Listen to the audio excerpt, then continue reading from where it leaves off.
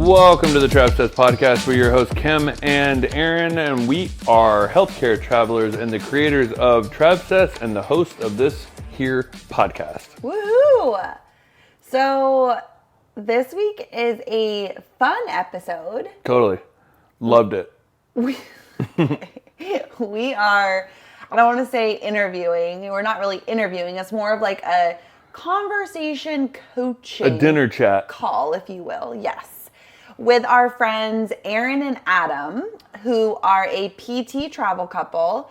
And they started traveling in like a year. They've been traveling for like a year. Yeah, they're big moves already. Newbie like travelers to the PT world, and then decided that to go on their first international trip to Patagonia. With us, with Travsessed Adventures. Which was so awesome. So we met them at TravCon last year, but then they came on the Patagonia trip. So we were just able to really connect with them and get to know them better and just instantly just fell in love with them. They're so fun. They have such good energy and good mindsets and attitudes. And a huge travel bug. Huge travel bug. Such a thirst for all things travel in the world. And so this conversation kind of came about because Erin and Adam were talking. Well, on our Patagonia trip, they were planning to take 8 weeks off to go travel through Europe. That was kind of the plan. And so we were chatting with them and other people in the group of like, oh, you should go here and you should go here. And they were kind of asking for advice about what should we do? How should we plan this? What are the top things? Whatever. And they were kind of open and loose about it, right? And so we were talking about that. And then fast forward. Yeah, Adam was like, yo, we should like get together on the podcast and just basically do a conversation / like coaching call to like see if we could get this trip narrowed down and planned on a conversation with you guys, because we really want to hear what you guys have to say. And this is what you guys do and you do it so well. So like, let's jump on a call and see what happens. Well, and it's funny because we went from Europe in Patagonia Don't give it away. Ooh. Don't give it away. Okay. Why would you give that away? Well, I wasn't. Oh, I thought you were. I was going to just say. You'll have to see. You'll have to see where we end up from 8 weeks in Europe. Okay, I like that little teaser. Totally. And this episode's really cool because I think we're talking to Erin and Adam specifically about their trip, but I think anyone who's wanting to plan a big trip, and this is such a great listen with tons of tips for helping you, like questions to ask yourself, what to think about, like when you are planning a big trip, because I think, as healthcare travelers, we get a lot of time. Like we get to take months off at a time if we want and go and have these big trips. That becomes normal for us, but it almost becomes overwhelming when you're trying to figure out, where do I go? What do I do? And the world is your oyster, which is such a beautiful thing, but it can also be kind of overwhelming. And we talk about that with them in this episode too. So I think this will be really fun for people to listen to and also take away some stuff that they can use to plan their own trips in the future. Totally. It is a jam-packed hour-long conversation. So without what? I was going to say you can also follow along with them on their Instagram at a couple of travel PTs as they navigate this incredible new adventure of both traveling as physical therapist, but also traveling the world. They are just awesome and so fun, and I know you guys are going to love them. So okay, enjoy this conversation. Without further ado, welcome Erin and Adam to the Travsessed podcast. Woo!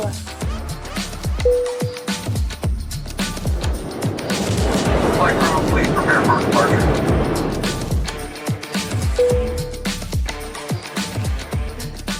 Welcome, Erin and Adam. We are so happy to have you on the Travsessed podcast. This is going to be a fun conversation that I am looking forward to so much.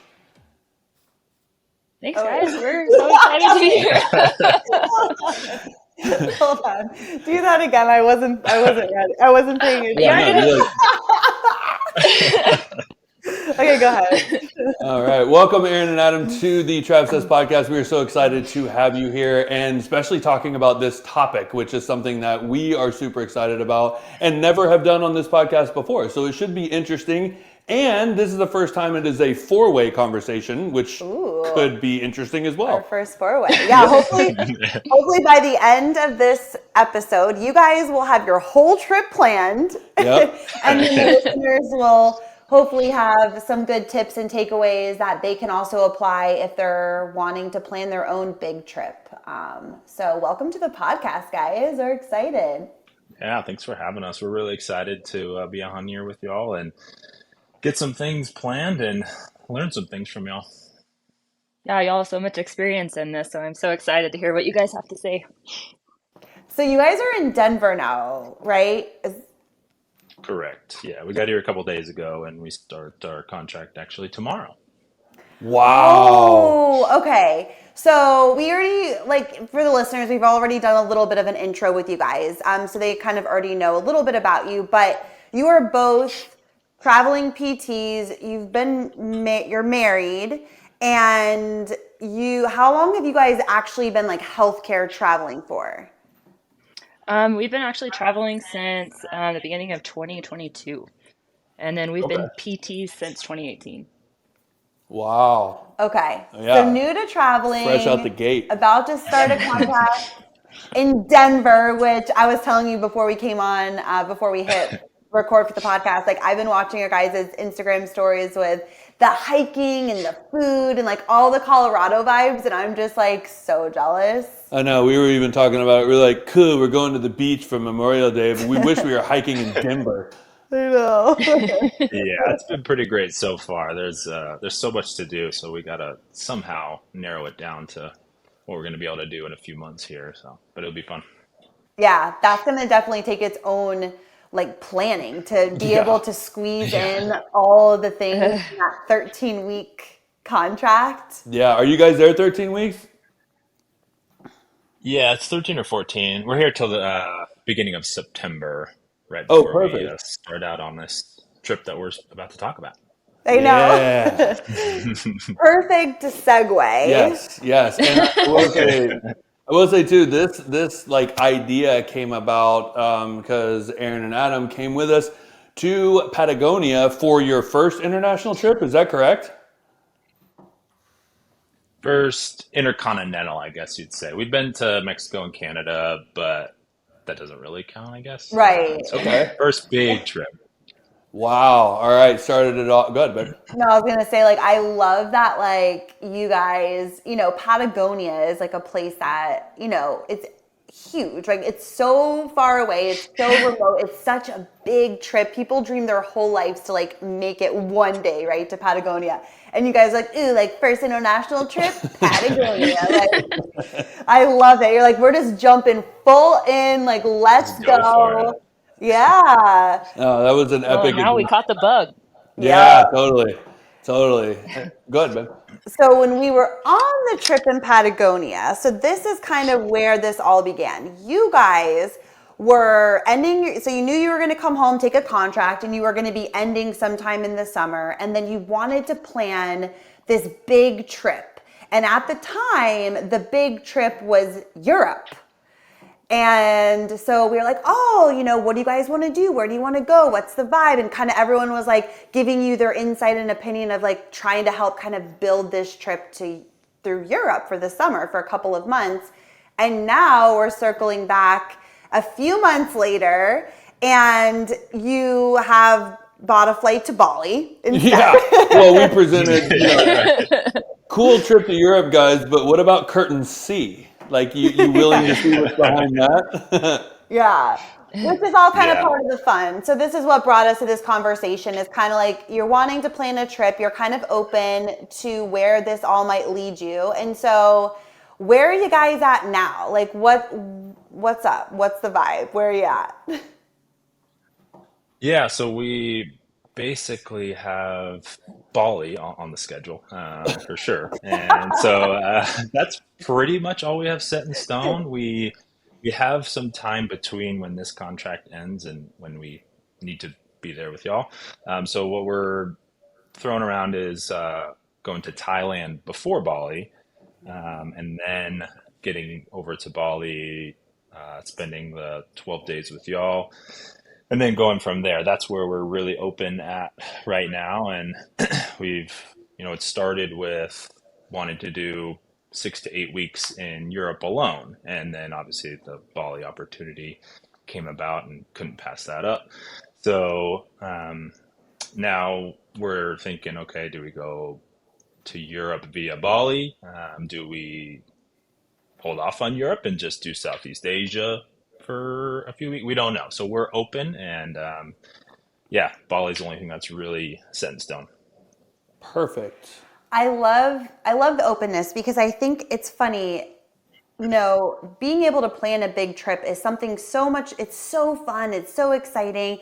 But also when you are open to kind of wherever, it almost feels overwhelming because Totally. you're like, there's so many choices, there's so many options. Like, what do we do? And it almost causes you to kind of like retract a little, right? It's like Yeah. No, for the sure. And then Europe was such a big goal for us too. So it's like, does it make sense to make Europe make sense at the same time as Bali, or should we just hold off Europe and wait for Europe to be its own thing? yeah. Well, was that Europe thing? Was that just kind of like a childhood thing or a grown up thing or something you guys have talked about? And or is it like so important, right? Like where does it weigh on that scale of like, if we could travel, of course we want to go to Europe, right? Like, I mean, it's an amazing place, but like where does it rank on there for you guys? I think in the beginning, when we didn't have that much experience with travel at all, Europe was the primary place, just because that's what you see all the time. Everybody goes. But now, especially after going to Patagonia and hearing so many people's other stories, I don't think it's necessarily priority number one. Only something we want to do before we settle down and have kids. Okay.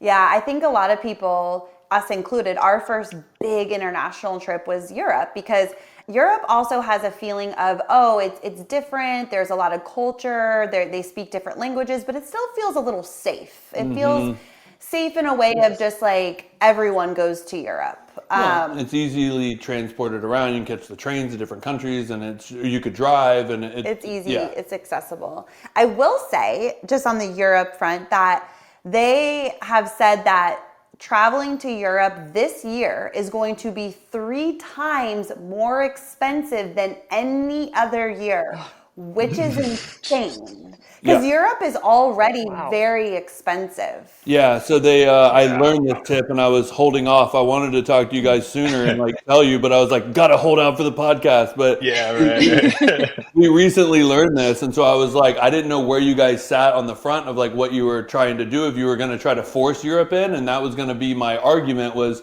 if you don't have to force it, maybe this isn't the year because they are, saying that this is going to be the biggest travel year we've had in a long time, and Europe knows that. So Airbnbs, excursions, and hotels are like through the roof, 3 times more expensive, and flights. Jeez. Yeah, I Yeah, Well, and know. that's that's the thing we looked at too.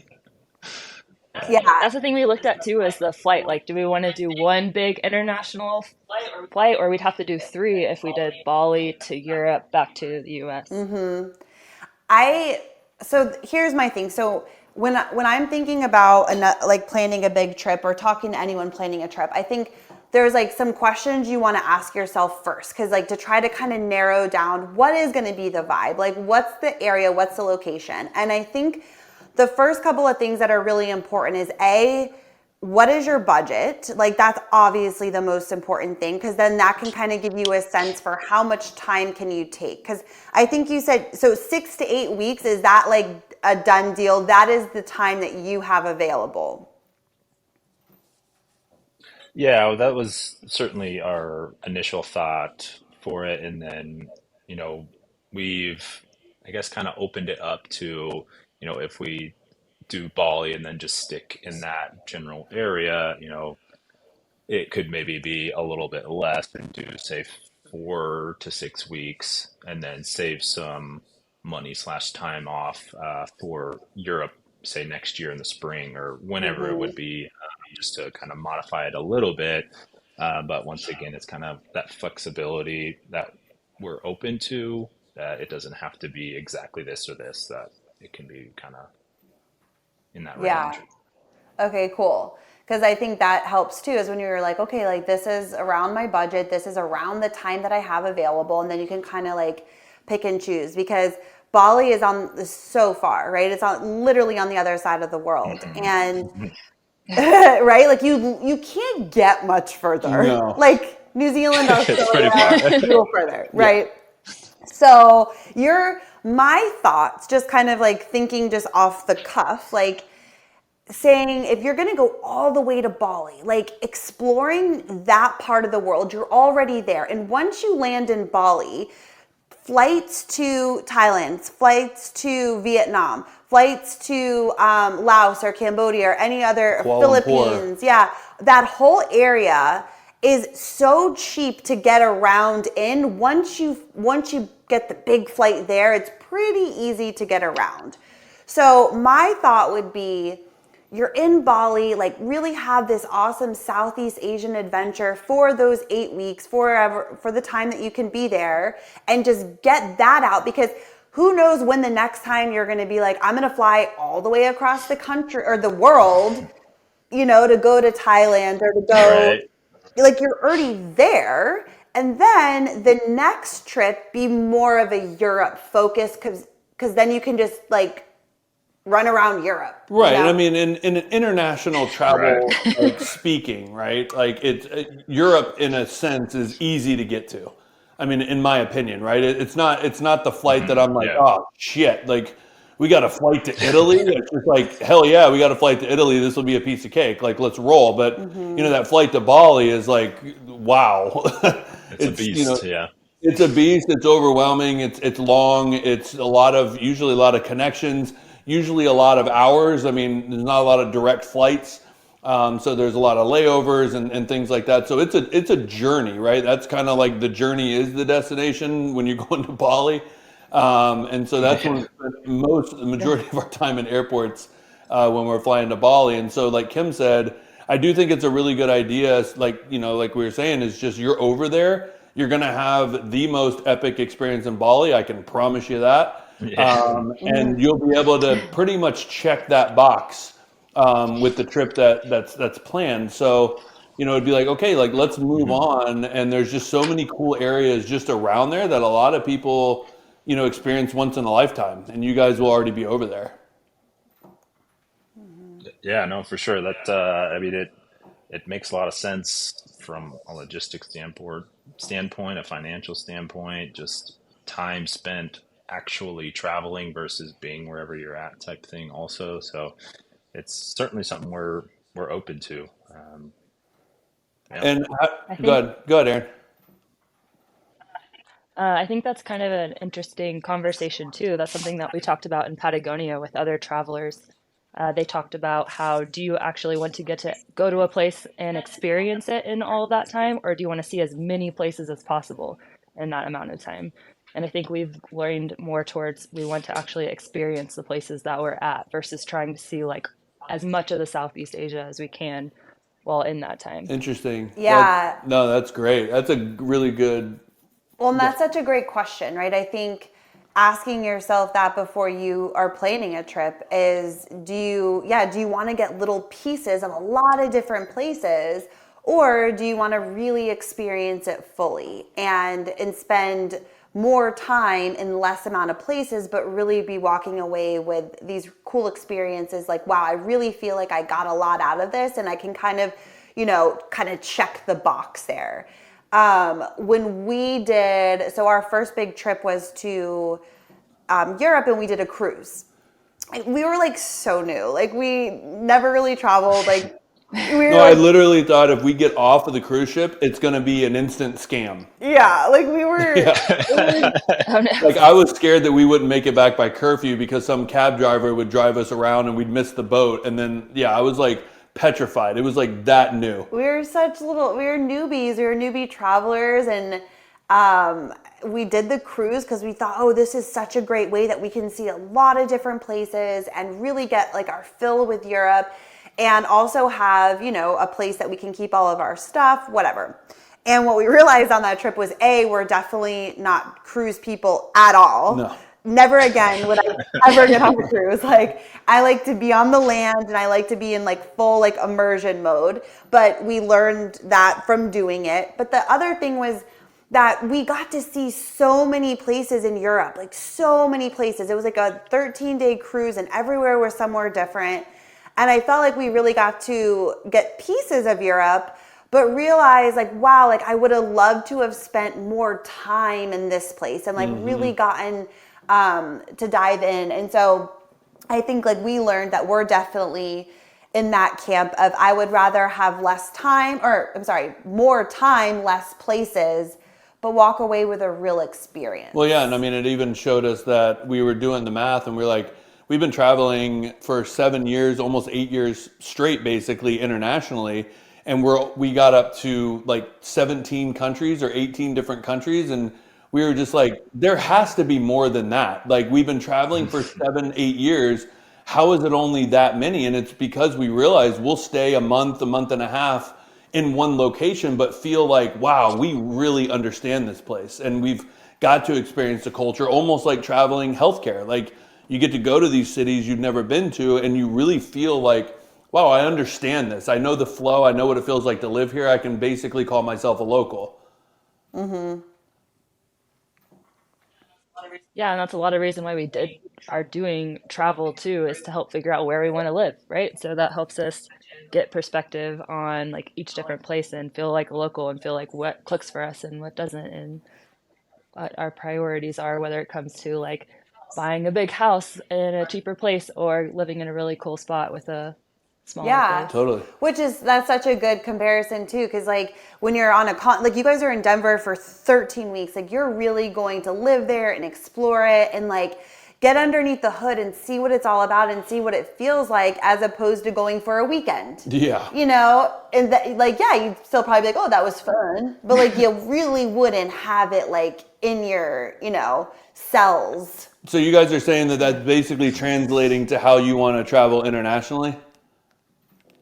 Yeah, I think so. I think that it just makes more sense, and on paper it looks cool I'm gonna go for 8 weeks and I'm gonna check off 12 different places. And do you really check it off, or do you just have a little stamp in your passport or whatever, take some pictures of a place and say that you've been there and experienced it, when really did you or did you not? And so I think kind of spending some time and really getting a feel of it makes more sense in the grand scheme of things, for sure. Totally. So sticking with this Southeast Asia thing, I will say, like, are there any fears that pop up like instantaneously, like thought process wise, of like Southeast Asia? Because that is a big kind of to do. I mean, it is a totally different style of travel. And so I didn't know if there was anything that registered with you guys when we were like, okay, let's focus on Southeast Asia. The language, for sure. I mean, in certain areas of the world, we can get by a lot easier with our English speaking skills and limited Spanish speaking skills. Obviously, in Southeast Asia, we're going to be pretty much at zero with that. So that's something. But I'm sure there's plenty more things that we're not even aware of that we should be aware of before going there. I think it's just totally unfamiliar territory for us too. I don't think we really know what to expect with it. Yeah, because Yeah. you were saying, go ahead. Sorry, buddy. No, like I just want to say, to touch on the language thing, going to Patagonia as we did together and like being in Chile, they didn't really speak English at all, which was shocking because I think we just expect people to kind of speak English in these touristy places, and like they didn't. And that was like really kind of like challenging in a lot of ways. In Thailand, in Bali, like they speak Such great English. Yeah. That was never an issue, okay. honestly. No. Yeah. No. There is not, literally, like we know like Sawadee Ka and Sawadee Cup and Kapun Cup, like hello and thank you. And the rest of it is just like, hey, what's up? Yep, 100%. That's Oh, good wow. to know. Yeah, so they really do in most areas Yeah. speak pretty good English. And a couple things to think about with Southeast Asia. Our first, after the cruise thing, and we had traveled a little bit more after that, but like a really big trip that we went on was Bali. That was our first really big trip together. And we didn't really know what to expect. And I just remember like walking out onto the street and it's like absolute chaos with bikes flying by and just like honking and crazy, and it's hot and it's humid and people are just like everywhere. There's And dogs everywhere, and yeah. it was a culture shock because it was so different than anywhere that we've ever been before. But at the same time, it felt so fun because it was different. I was like, wow, like this is, I've never seen or experienced or smelled anything Or like heard this before. anything, Yeah. It was just like, whoa, you It is know? all six senses, like just five senses, six. I mean, I'd say six because that intuition and all that stuff is like triggering. You're just like, what is this? Like I'm in like, overload of all my senses. Yeah. But that being said, it was a little like, whoa, like crazy at first, but the people, and I guess we can only speak for Thailand and Bali and the Philippines, because we haven't gone to Vietnam yet, but they were the most friendly, kindest people. I felt super safe. Like everyone is just willing to help. They'll have a conversation with you. They'll point you in the right direction. And never once was I like, ooh, this is sketchy. Like never, not once. Everyone was just really friendly and open. And so I think Southeast Asia is a really great place to feel, I don't know, it sounds weird to say comfortable because it's so different and crazy, but like in a really good way. I don't know if that makes sense, but I just feel like it was just such a cool experience. And then, but the other thing to think about, and this is like a real thing, is your digestive system does have to get used to that part of the world. It's just like it comes with the territory. Like, because you're eating a lot of street food and you're eating a lot of things that like your digestive system and like your bacteria and your guts aren't used to. And so there is a period of time that you have to get used to that. And it just comes with the territory that I have never experienced anywhere else in the world. They call it Bali belly for a reason. So Bali belly. yeah, so that's just something that's like a little thing to think about, but it is part of the traveling through Asia. Oh, good to know. Right. Well, I mean, and Yes, obviously the food is the thing. I don't know how you guys feel about Southeast Asia cuisine, but it is literally one of my favorites. Love it. Okay, okay. So that will be exciting Yeah, for for sure. you guys. And two, like, how many days do you guys have before you meet up with us? Like, what would be your plan? Are you flying out immediately or taking some days off and flying out? So, like, how many days before are you planning before you join us in Bali? Yeah, so we're done in Denver.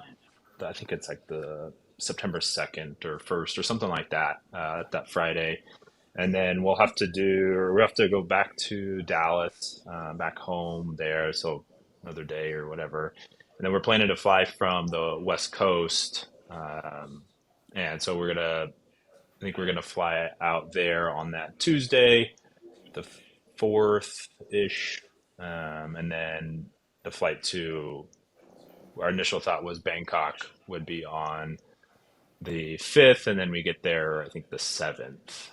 And then we need to meet y'all the 15th. So it gives us about 7, 8 days. Oh, perfect. Okay, that's what I was Yeah. wondering because I didn't know if it was going to be like 3 or 4 because that would obviously change up, kind of some planning. Mhm. Bangkok, I mean, 8 days in Bangkok is a lot.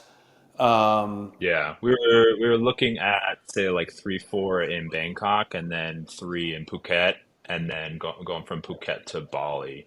Um, Okay. and I was looking at flights there, and so that was an initial thought. And like I said before, we're open, Yeah. especially if we're going to be staying down in that area. Phuket's somewhere that we're interested in, so we'd like to get there at some point. Doesn't have to be before, but Yeah. No, totally. Because I mean, my only other suggestion would be Chiang Mai because that's literally one of Kim and I's favorite places. But you'll want to really be able to experience uh that. So it wouldn't be something I would jam 3 or 4 days in. So Phuket could possibly be a okay, perfect spot. Honestly, like yeah, what I would do is because I think Thailand has so much to offer. So like if it was me and I had 6 to 8 weeks in Southeast Asia, like I would want to spend quite a bit of time in Thailand. You're already going to be spending a good amount of time in Bali. And then I would definitely do Vietnam for like 3 weeks, 2 or 3 weeks, which if you did 2 weeks in Thailand, 2 weeks in Vietnam, And 2 weeks in Bali. that's kind of like getting close to when you guys would be like Yeah. wrapping it up. So maybe you could have room to maybe go to the Philippines, which I highly recommend. But all that being said, taking it back, what I feel like what I would do is say, if I wanted to have more time in Thailand, instead of being rushed through, because not only is there Phuket, but there's the Ko Islands, there's Khao Samui, there's Chiang Mai, there's like beautiful mountain. There's so much that we can unpack for just Thailand. But I would almost like I would come into Bali early and then I would go to Nusa Penida for a couple of days, because we're not doing that on the trip because it's too small and they don't have infrastructure for groups or anything. But it's honestly one of the most incredible places in all of Bali. It was our favorite experience that we did. And I would do a couple of days with that and then spend those couple of extra days in Bali. You're already there, and then we'll do our trip, and then I would leave Bali and go to Thailand and start in Thailand and fly to Phuket, start in Phuket, go to the Ko Islands, and then make your way north through Agreed. Thailand, taking your time so you're not super rushed. I agree. Yeah. And that's where, because I mean, I can guarantee you just, from talking, like Chiang Mai, I mean, there's just so much to do with the elephant sanctuary. The food in northern Thailand is ridiculous. It's such a cool spot for culture. They have such a like an old town, but then it's also like very new and modern. So that's kind of like a cool thing. And there's just so many cool excursions and hikes that you can do. All things that we can, give you. So, you can check them out, but it's like a really cool area. Good. What are you like rushing me through? What I'm saying? Because I was just saying, like, I don't want to get into like the nitty details about each area without like kind of circling back to like the initial of like where to start the trip, agree. right? Because I think that's Yeah. important. So how many days in Bali do you think would be good? Like, say we got there before, or went straight there, or got there in enough time to take a couple days in Bali before we meet y'all. Yeah.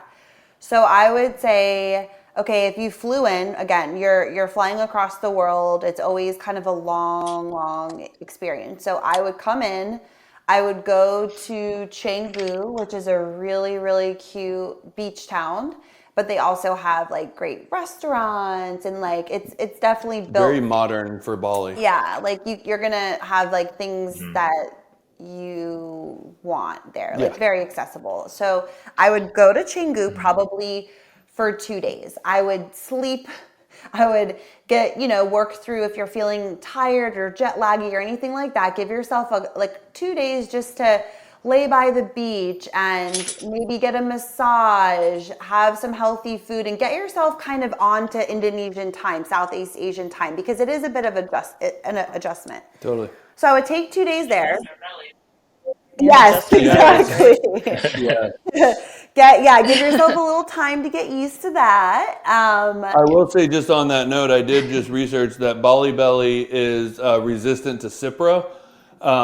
So if you're going to your like doctor or getting like a prescription for anything, say you're going to Southeast Asia, there is something I have it saved on my favorites, and it's slipping my mind. But there is a particular medicine that you can get here that helps alleviate Bali Belly, and if you're just like having really bad diarrhea for 3 days, like it's kind of one of those things to take. But usually, it's diarrhea for a couple of days and you're good to go. It's never really stopped us in our tracks yet.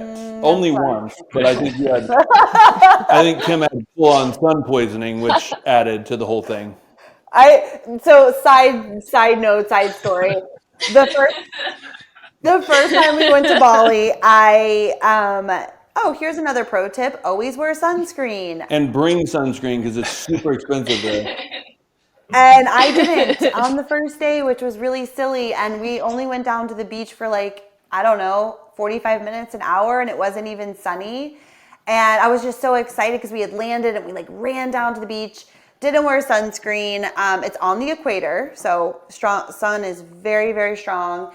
And I ended up getting sun poisoning, basically. Really bad. Where I had these huge blisters, Oh, wow. like coming filled with fluid that were just like coming Melting off my off. body. It was Yeah. really Gosh. quite scary. It's never that's never terrible. happened before. Yeah. So then we went over to the Gili Islands, which is so cool, and we had this like beachfront, little Airbnb, and we're like, we're gonna be in the beach and snorkel and all this. And I couldn't even go into the sun because every time I did, the blisters would fill up. And so I have the sun poisoning, and I'm literally in the bathroom the whole time because, all the things are happening and they're not stopping, both ends. And I remember like being like on the toilet crying and just being like, I just want to go home. Like this sucks. Like this sucks so bad. And I just wanted to go home and be in my own comfortable space. And anyways, luckily all of that passed. And I was like, oh, okay, great. Now like I feel so much better. And like I love Bali. But at first I was like, no, I want to go home. So sunscreen and medication for belly, honestly, are two things that will save your life. Totally. Gotcha. Okay. Not kidding. But go ahead. Oh. So I guess I back thought to Erin was the Oh, yeah, I probably don't just know. laughing at your story. So the Canggu for a couple of days, and then Okay, so Yeah. Canggu for a couple of days I would to say a relax day, and recharge. depending on when you arrive, right? Having like a full day to just like no plans. Like maybe you walk out to a cafe, go down to the beach, but like no plans, and then kind of start using like a day or two to explore. So then we carry on. And then I would say, and we can give you guys our go-to like driver and stuff, so he can like basically get you guys from Canggu, take you over to the port, and then I would do Nusa Penida, 1,000,000% must do for 3 days. It's an island off the coast of Bali. And we can give you like so many recommendations and stuff for Nusa Penida, but I would do that for 3 days, and then come back to the mainland, and then I guess how many days is that? 5? Yeah, because then you would just come and like meet us. So I would give yourself maybe like 6 days or so, six-ish days, and before you would meet us. Yeah, Okay. that'd be perfect. I mean, then you can literally check off Bali. Like Because- you will do it all. Because we're going to do so much with the trip that I feel like Nusa Penida would be the one thing I would add on. Totally. Yeah. Yeah, no, I think that sounds great. Yeah, because we were talking about doing that or something along those lines, anyways, and we were thinking maybe staying a couple days after. But I mean, before probably would be great as that kind of adjustment period as well. Yeah, it's a soft landing, and then I mean, selfishly, I like having you guys there too before the trip starts. 'Cause that'll be fun. Yeah, for sure, for sure. You can come meet up with us. Yeah. Yeah. Well, and I'm so excited to experience y'all's side of Bali too, just since y'all are so passionate about it and have spent so much time. It's such a special place for you guys. So it'll be really cool I to know. see I'm y'all's so side of it. excited I to know. like, because I think too, it's like anywhere you go, right? Like a lot of people like, oh, I go to Bali and I lay by the beach and I party and this and that. And like, there's just such another side to Bali. And it's like something that, we've spent so much time there. So I feel like we know it so well that, it's just like, I can't wait to share it with people, Totally. I almost feel like this trip feels so much more pressure because it's almost like hosting people at my house. Like, it's like I want people to like have such a good time, and there's like so much that I'm like putting into it, but then it's about just like relaxing and letting everybody take in, just the environment. I think where we're going and what we're doing and the people that we're going to be in contact with and the experiences we're going to have, you'll literally just be like, okay, like I'm just going to go back to Bali because I want to live there. But when it comes down to seeing the things, we're gonna cover it. Yeah, a lot. So, okay, so I mean again, if I was planning a trip and that's all like I can just say from my perspective, that makes the most sense to me because then when we're done with Bali, you're like we're good. We can move on. And I would move on to Thailand and I would really experience Thailand and then I would move on and probably do Vietnam. And I think those would be my 3 big hubs that I would like want to tackle. I think my only addition, and I don't know why I keep thinking about this, but I would do one quick stop, maybe 2 days in Kuala Lumpur. I think that's a really cool spot. Kim's giving me like a nasty face. Um, but I really enjoyed it there. We did it in Bali because we needed a visa run. And so we just kind of like hopped in for a couple days and you know, they have the towers there and it's like a very modern city. I got a really nice haircut and a scalp treatment there. And it was, Sounds it was nice. literally, the night market was so much fun too. Like Yeah. I don't know, I really enjoyed it. It was kind of a modern Southeast Asia that I thought was a cool spot that I would never really want to go and spend a whole bunch of time in. But it's a flight out of Bali and kind of in the middle of that area. Okay. That was one we were looking at as a potential kind of a quicker one type thing. We were also looking at Singapore. Have y'all been there? Do y'all have any thoughts on that? So Because I've my seen a lot of thoughts, flights go through there. yeah, so that's a great hub An amazing for airport. airport. Yeah, 100%. Yeah. We've never actually gone into Singapore, the city. I personally don't have any desire to because it's just such a modern city, like, and I just never have had like this huge desire to go, but I do know people who've gone and said like it's cool. But I feel like it's so modern. It almost feels like it would be like a New York or like a US Yeah. city, you know? I don't know. So Yeah. Traveling all the way over there for something you could almost see here type thing. Yeah. yeah. So that was kind of like my thoughts on it. But I do know people who've gone who have liked it and thought it was like, it was cool, you know? Um, Yeah. but when it comes to like Bangkok, it's a huge city, but it's so different than like it's wild and crazy and the food and the street markets and it's just so The chaos. but Yeah. it's so good and but crazy, Yeah. you know, like you are not anywhere close to the United States. Yeah. When you're in Bangkok. No, totally. I mean, the food is incredible. The people are incredible. It is very overwhelming. Like, you know, when we lost our luggage, we spent a lot more time there thinking our luggage was going to show up. And that was the first time that Kim was like, okay, check. Like, we're done with Bangkok. Like, I don't think I'm coming back. We've spent a lot of time here. But it's great, man. Transportation's awesome with like the tuk-tuks and the taxis, and that's really easy to do. The hotels are beautiful. Like the food is amazing. There's a lot of like rooftop places to eat. Just some really, really good spots. It's that cultural shock that's really fun. But also just, you know, being in the stalls and the different types of food, and it's amazing. I love it there. You go to eat 100%. Yeah. It's a food Yeah. city. Yeah, you're gonna eat. That sounds great to me. Yeah.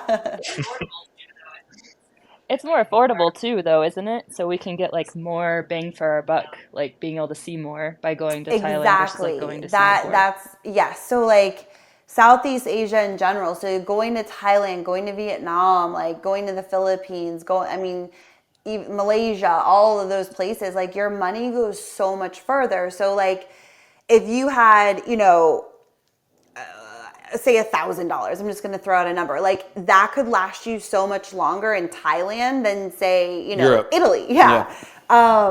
Because things are just a lot cheaper, especially if you're eating, you know, street food and going to the night markets. I mean, you can get a meal for Like 3 US and like completely like full and beers and everything. yeah. So it's a great way to be budget friendly. Wow. And still eat really well, and your money will go a lot further there. for sure. Even with hotels, everything. Yeah. So that's another perk of like Yeah, totally. And Southeast Asia. I mean, we was versus- staying in, where was that hotel that we stayed in? It was like, what, 30 to 40 bucks a night? It was absolutely phenomenal.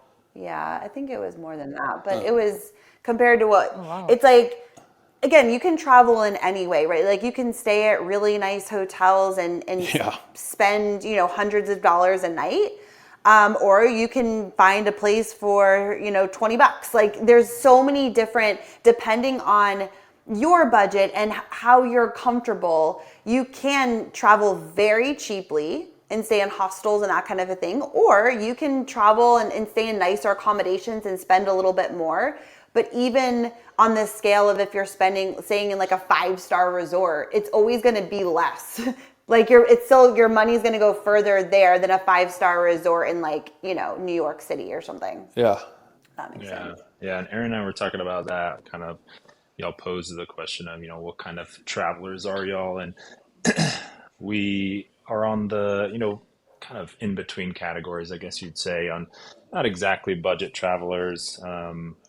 Obviously, we want our money to go further if it can, but at the same time, we're not looking for the fanciest of accommodations. Nice enough, but focusing more of our money and energy on the experiences, the food, things like that.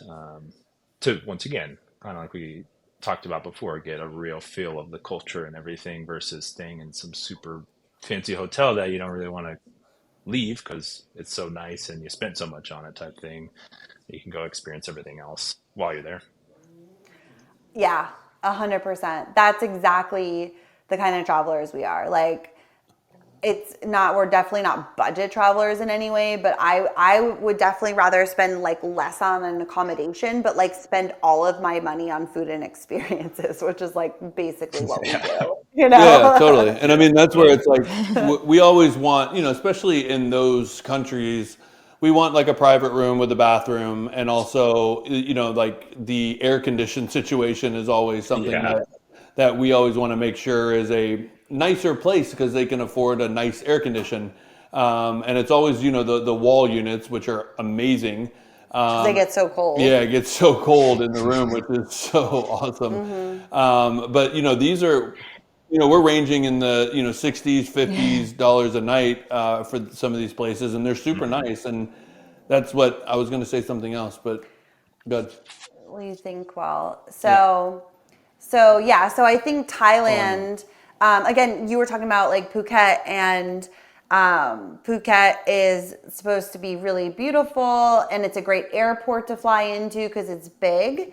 It is definitely more resorts and like touristy, where you can spend like a little time in Phuket, but then also right there you can go to Krabi, which is less like crazy touristy, and it's really beautiful, and then go off to like the Ko Islands for a few days and come back and like really kind of hitting this beautiful southern part of Thailand, and then kind of making your way up to Bangkok and then into Chiang Mai, into the mountains, and then leaving Thailand and then heading to Vietnam, which, obviously our friends Joe and Sarah spent, a couple weeks there, and I think they could help you plan the most incredible trip. They have a great itinerary.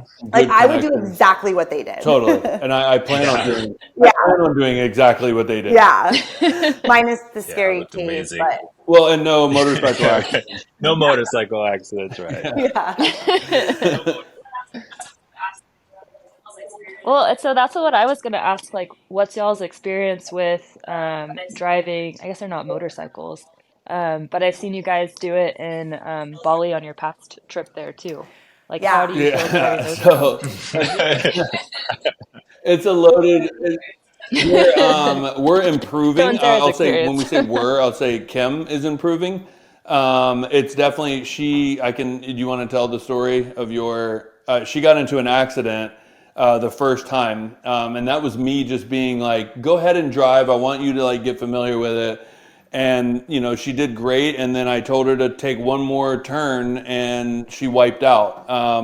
And so since then, Kim has not gotten on the scooter, so she rides in the drive. yeah, drive it, yeah. She rides on the back with me, which I've always I'll say I was really nervous, right? Because you're driving on the opposite side. There's no rhyme or reason. It's just organized chaos because everybody there's a flow to it, and that's really hard to explain. I mean, it just works. It's not like the United States. Like if you stick if you start to go, like people understand and they just kind of let you in. It's like basically I always look at it as like a school of fish. It looks crazy, but like there's a purpose.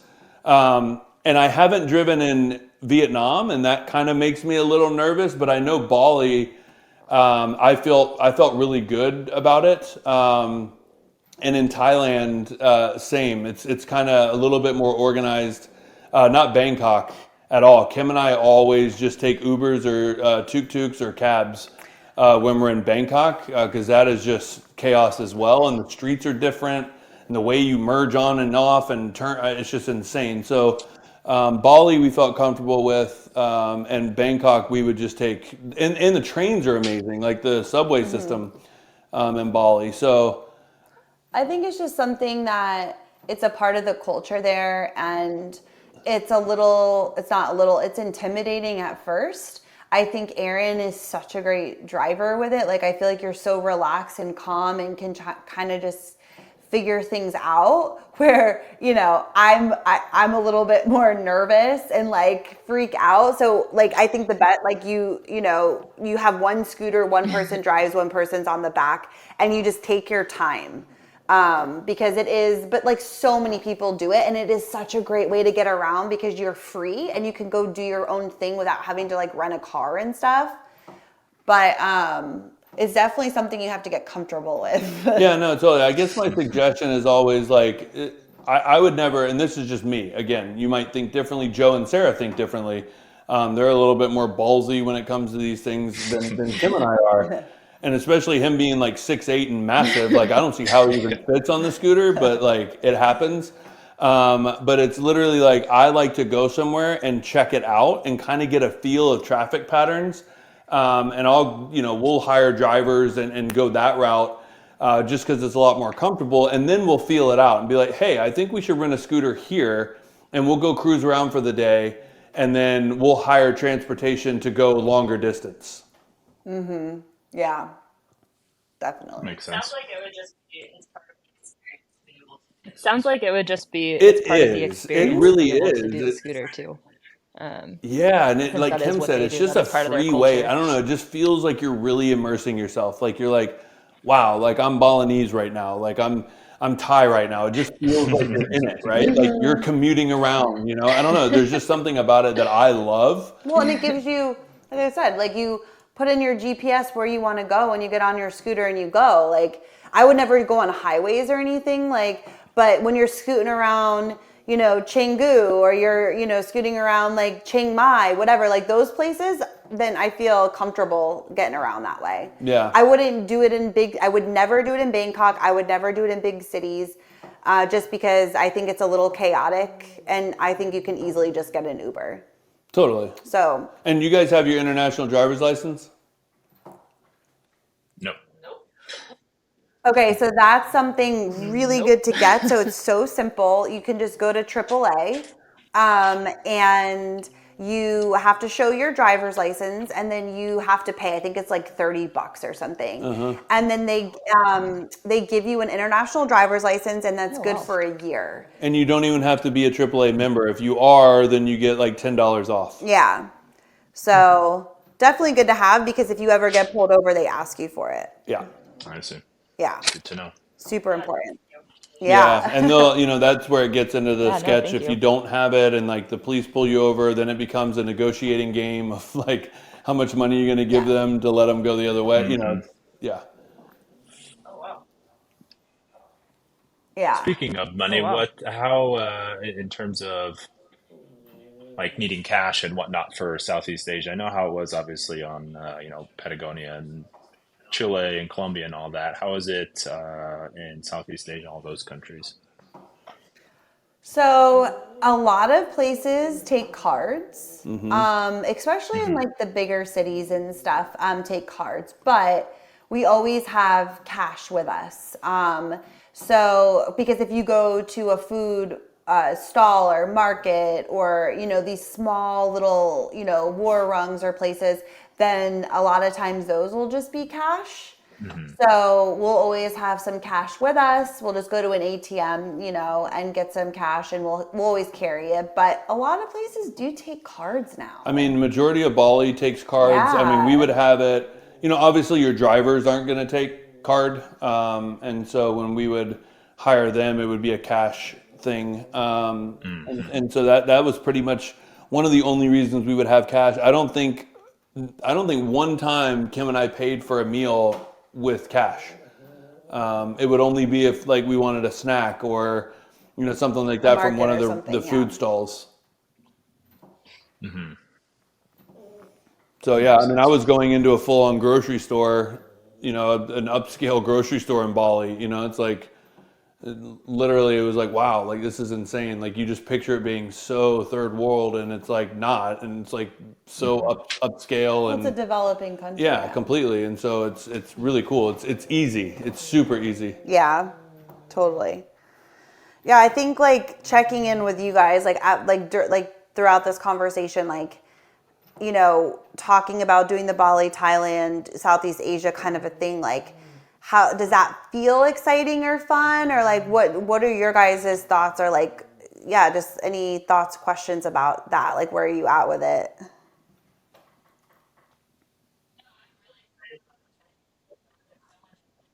No, I'm really excited about it. I think there's so much adventure in all of those places too. It's not just like exploring a city and history and things like that. There's actually like adventure with it, and then we could go see the elephants, and we get to go snorkeling with the sea turtles. Like that's something that I'm really I interested in think. too.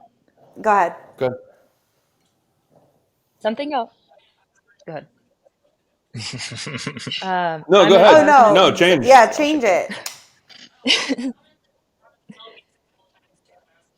Oh, so y'all brought up the Philippines a couple of times too, and I was curious, have y'all Yeah, been so there I was and gonna say, what if y'all's you perspective do was on have that? any extra time, like the Philippines is one of our favorite places in the world. And so I say that we haven't been in 7 years, so things could have changed. Because I know it's like up and coming, and like, people on Instagram and travelers and stuff want to go there. And so I know it's gotten more popular. But the Philippines, so we went to Coron and El Nido, and that was honestly the most beautiful place I think we've ever been. It's super underdeveloped. And so like the town so basically most people go to Coron and El Nido. Those are kind of the two islands, because the Philippines are like thousands of islands. Those are two of the main islands that people go to.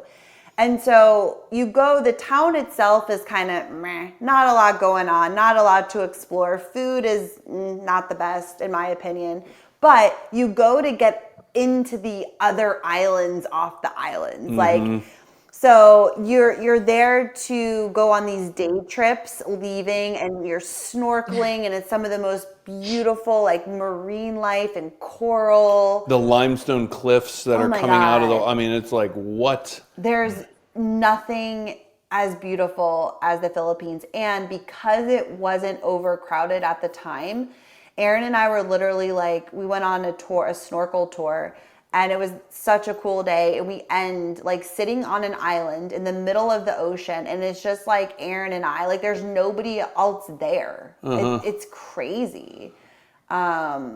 So I would say if you really want to see some beautiful beaches, some incredible snorkeling. I mean, that was incredible. And like limestone cliffs, and like we even swam in a lake in the middle of the ocean. It was called like Barracuda Lake, and it had like barracudas No, in it didn't. Yes, it did. We didn't see them. What? Babe, it's called Barracuda I Lake think for it's a just reason. called that. No, 100%. No, Google it. Google it.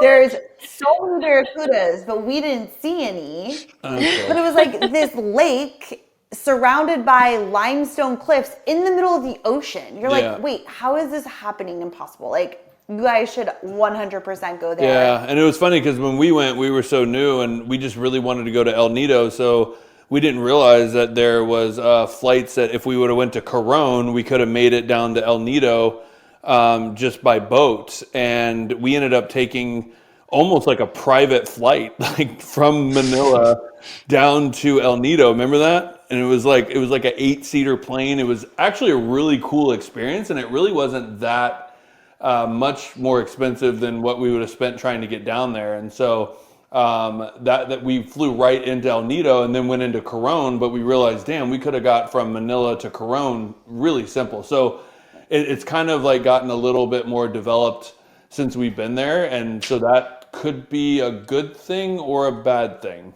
Yeah. But it's Yeah, no, that definitely a must sounds do. incredible.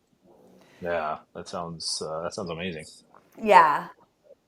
Oh, It really is because like I think too It like looks beautiful. Thailand, yes, beautiful, overrun with people. Like it's so busy. I mean Bali, same thing, incredibly beautiful. There's a lot of people, right? Like where the Philippines, and here's why it's a little bit still not as crowded, or again, it might be now. It's been 7 years, but it's harder to get to. It's a little bit more, it takes a few more steps to be able to get to these islands. So I think that's what deters people from going. It's a little bit more expensive to get there because it's more remote. But because of that, then you have less people. So yeah, it was interesting when we were there. They're just like, so we turned the power off from like 10 to 3. And we were just like, wait, what? Like, what do you mean the power goes off? And that's just kind of like how they do it. And the restaurants you go to are the ones with generators. And so you hear the generators running and you go in and they're still serving. A lot of times they just close. There wasn't a lot of like ATM access. It was just, it's a real travel experience. I mean, in my opinion.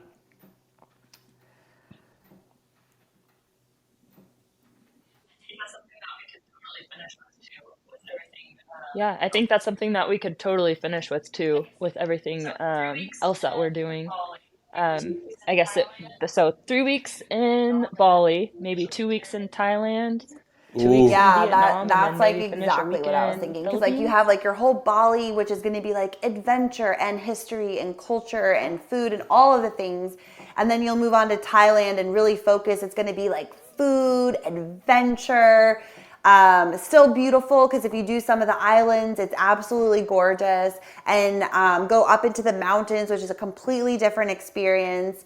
And then move into Vietnam, which is really adventure focused and also really food focused. And then ending with the Philippines, that's definitely more just like beautiful beaches, more chill on a boat, on an island, snorkeling in one of the most beautiful remote places in the world, you Yeah. know?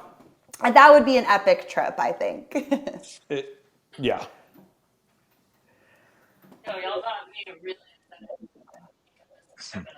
No, y'all got me really excited and made me think of this Yay! Good. trip in a whole No, different way than I I mean, was and thinking about obviously it we can before. fill in the So, gaps, and like there's just like Chiang Mai is one of the places that I could sell. I could be a salesman for Chiang Mai. It's like one of my favorite places in the world. The food, the people, the fact that you get to go to the adventures and still have the culture and the markets Yeah. and it's just I really love that there. So I mean, it just sounds like this trip right now. Like I'm excited for you guys. Yeah, no, it's definitely a little bit different than our initial thought, but that's kind of the fun of all this stuff is, being open and talking through it and finding new things and things that work, things that don't work. And so, yeah, it's exciting for sure.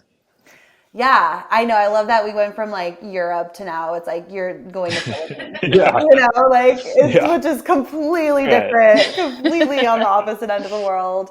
But that's the beauty of, like you said, having an open mind, being just like going on this incredible adventure and then knowing, Europe's always there and Europe is exciting in its own way and it's definitely more accessible. So it's like, cool. Then, next time I'm only going to focus on Europe because like we did this whole part of the world that was so cool. And we feel like good about it, you know? And then you can move on to the next part of the world. Yeah, that you totally. wanna And I mean, when you explore. guys come to New Zealand with us, you know, on the Travsessed adventure, then you can go back and hit what you missed. Yeah. There you go. I saw that one on the list there on Oh, that I email. I was know. eyeing that one. Yeah, I know. I was gonna say because you could go two ways here. You could either do Bali and then into Southeast Asia, or you could do Bali and then Australia, New Zealand, and that would be totally different trips. Australia and New Zealand would be a totally different budget. Yeah. But Yeah, right. it would be two different trips, but yeah. I think Southeast Asia is the way to go because it really does offer the adventure and the food and the beauty that you really don't get in most places. Yeah, and totally. And you wouldn't want to go into New Zealand and just like try to like zip through it either. That's almost like a trip in itself.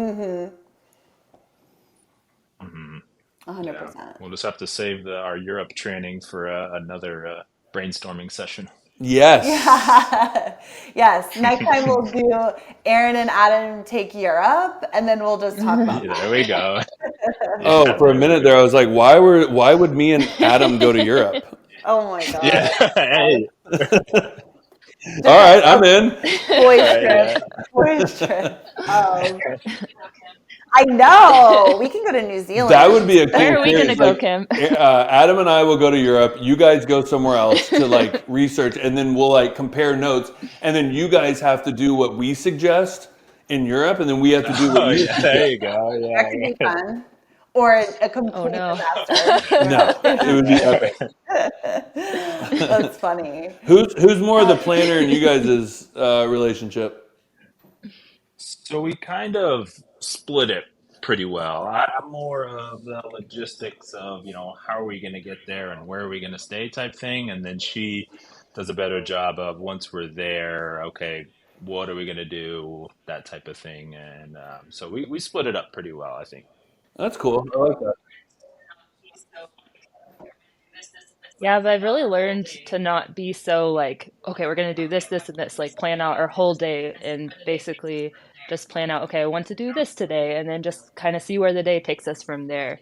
I found that planning it um, very much like we're having a morning planned, our lunch planned, our dinner planned, but then we meet people who tell us, oh no, but you should go do this, or you should go see this. 100%. Um, I and I always like say being that, able to like, go with the it's good flow to that way have better. like the macro plan of kind of like, okay, cool. Like, I know I want to do these things, right? Like, you want to do, Nusa Penida and Bangkok and Phuket and whatever. Like, you kind of have these things that, like, I know I want to incorporate these into the trip.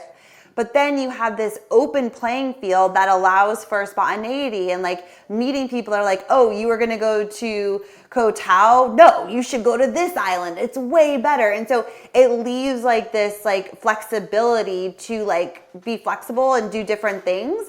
But you kind of have an overview of like the main things that you think like you'd like to do. And you can, because you have to have something to plan your trip around. Like the pillars, and then you get to fill in all like the in-betweens with just like things that you're learning from meeting people along the way, which is the best way to do it, I think.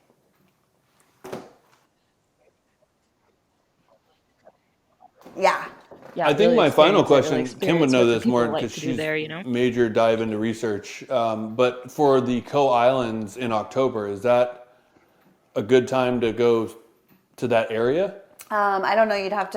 I don't know off the top of my head. Because when were we looking at it, and it was like Listen, Kinley was there, and we were like, it's monsoon season, or Yeah, that's the thing is like, well, I don't think it is Yeah. because it's the dry season in Bali itself, like that whole area. So I don't think so. But I will say that in that part of the world, yeah, they have dry season, they have wet season. Like there's no summer, spring, fall. Like it's just dry season, wet season. And even in the wet season though, like there's still like you'll have these crazy like downpours and like monsoons, but then it's like the sun will still come out. So, I think that yes, definitely look into the season there, but I think even if it's like considered rainy, like you still have beautiful days in the sun. It just is more wet than other parts of the year. yeah. And I wouldn't have suggested that for anything, just those Coe Islands, because I know that when we were going to go, Kinley was there and said that they're shutting down a lot of the boat things and different, routes and excursions because of how much it rained.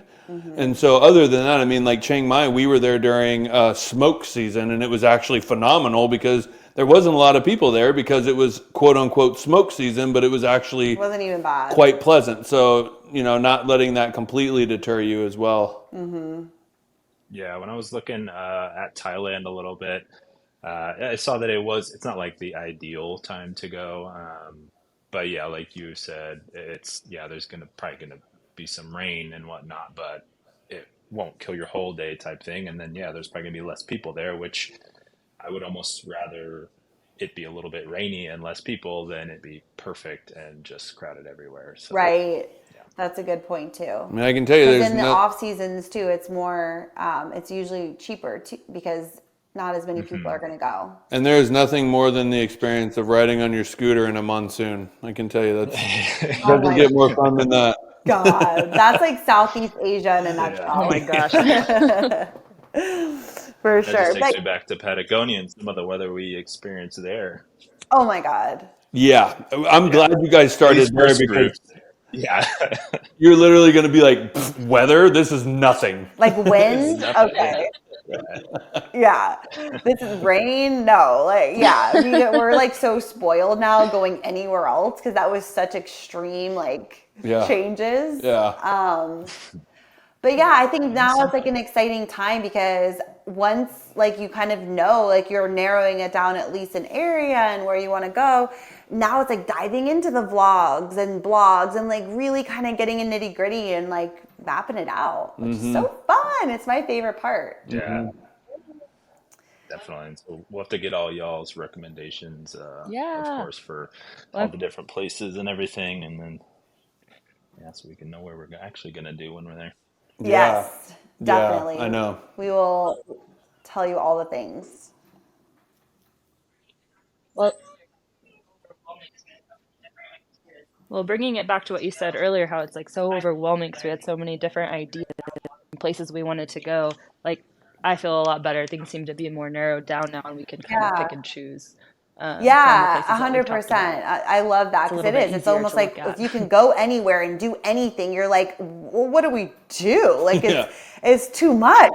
It's like I don't want to go anywhere now. It's like Yeah. too overwhelming. But when you know, like, cool, like let's tackle Southeast Asia. Now you can just like have fun and like get in there and be like, what are the things that we would love to do, and get more familiar with it, and then you can figure out the top countries and like come up with a plan based on that. But now you have like the what is it?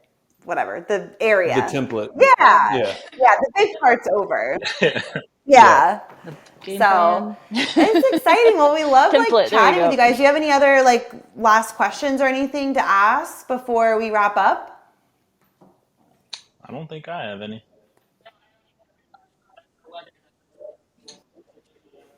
No, I Yeah. don't Yeah. either. I'm glad you brought That's up the weather, though. That's definitely something we'll important. get And I It's think to. that's our little thing is just making sure that it's not so bad that excursions you want to do are going to be canceled. Yeah. Other than that, you It doesn't can matter. Yeah, you can manage, right? It's not that big of a deal, but Well, we went to Bali for our first time in rainy season, and it was amazing because it rained every day, but it would be these short rainstorms that would come in, and then it would like cool everything off, and we still had so much sun, and there was less people. So I'm like, this is actually amazing. yeah. And So it wasn't until we went back just recently we learned that they're like, no, they say it's rainy season, but it'll rain more in a certain area of Bali, not necessarily like it might rain because we felt like it rained more in Ubud yeah, during the non-rainy season. But Yeah. then, it was like we were there during the rainy season. It was perfect. So it's like, it's just one of those things. yeah. But definitely do the research and read and see like kind of what to expect for sure. Yeah, totally. And I think one of the coolest things too is being able to do. We got to do a 2-day hike, but it was along the Burma border. So I wanted to see if that hike is still going on due to the conflict. But that was definitely like a must do. But it's interesting if that changed, wow. because that was like one of the coolest things we've ever done. Yeah. That was super cool. And like stayed in these little villages, like in the mountains with just local people. Like it was so freaking cool. Yeah. So anyways, we'll pass it along. Yeah. We'll look it up and see if they're still doing it. But So many things. yeah, well, definitely make sure to follow you guys. Where can people like find you and like follow along with your travels? Yeah, we're on Instagram. We have a joint account, a couple of traveling PTs. That's our major way to follow us. We also have a blog. It's the same thing, website, a couple of travelingpts.com. Working on that a little bit more, but yeah, just go us follow on Instagram and you can watch us in Denver, and we'll try to include some of the info on what's set in stone with this upcoming trip there too. Yeah, I was gonna Awesome. say, start like your planning process now. Share it, like when Yeah, it, for sure. as it all comes together. It'll be fun to watch. Definitely. Yeah. All right, guys. Well, we will see you in Bali. See you in Bali, and excited. And if again, we'll be passing along all the things we have. If you ever have any more questions, reach out. We'll be happy to talk about this. And I'm excited to do part 2 Europe if that comes about maybe next year. Yeah, absolutely. Yeah, thanks for having us, guys. We really appreciate it. Yeah. Yay, welcome. Have All right, guys. fun. Thank you for Bye. helping us plan our trip. See y'all.